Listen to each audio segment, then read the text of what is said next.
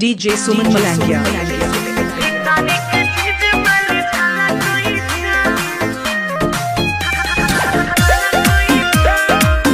अभी आप सुन रहे हैं सुमन मलंगिया एंटरटेनमेंट को।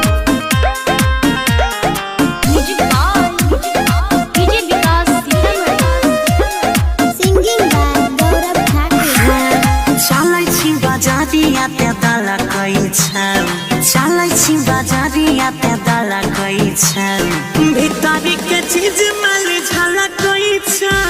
भीतरी के चीज मल झलक पीछा पीछा छौड़ा सब मला मजा ले छौड़ा सब मला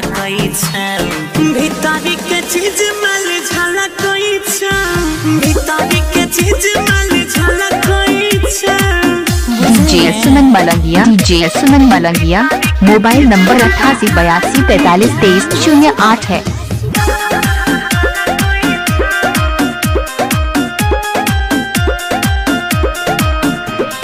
गणपति रिकॉर्डिंग स्टूडियो भवानीपुर।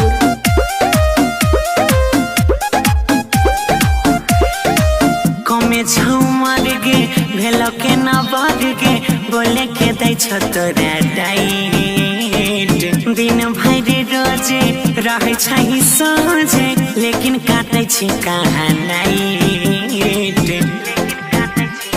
गे माल कमे झुमर गे भेलो के न बढ़ गे बोले के दै छ तोरा डाइट दिन भर रोजे रहे छै सोझे लेकिन काटे छी कहाँ नाइट दाया बाया आगा पीछा फला दाया बाया आगा पीछा फला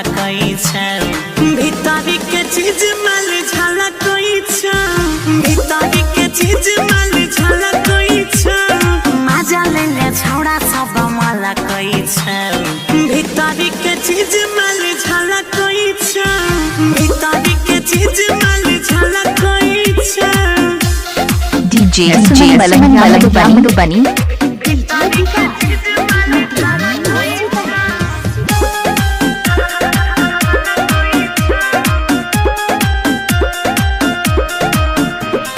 गणपति रिकॉर्डिंग स्टूडियो भवानीपुर।